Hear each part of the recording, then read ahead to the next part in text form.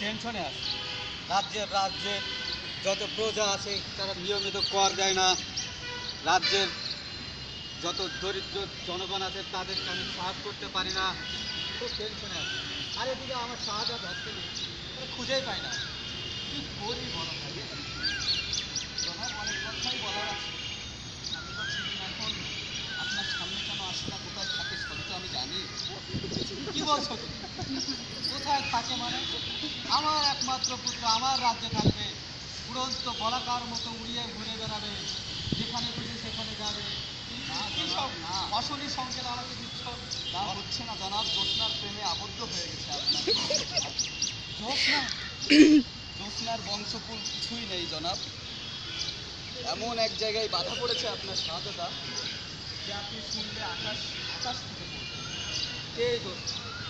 বেদের মেয়ে। বেদের মেয়ে? না না, এটা হতে পারে না।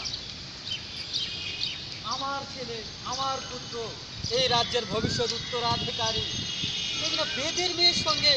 না, তুমি ভুল দেখেছো। না জনাব, আমি যদি আপনাকে প্রমাণ করতে পারি তাহলে আমার জন্য কি প্রাপ্য হবে?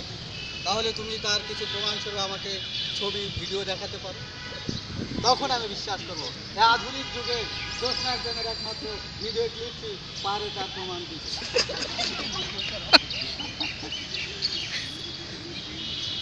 দেখুন জনাব, দেখুন কি কুকুরটি করছে, দেখুন। আমারই বাগানে? হ্যাঁ, আমার ফুল বাগানে। হ্যাঁ, দেখুন দেখুন জনাব, দেখুন কি হচ্ছে। ফেসবুকে ছবি দিচ্ছে? হ্যাঁ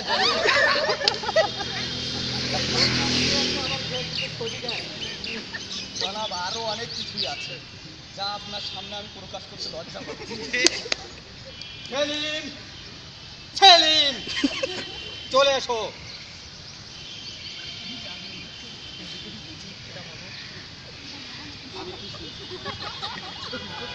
আমি চেয়েছিলাম আপনি ডাকার আগেই আপনার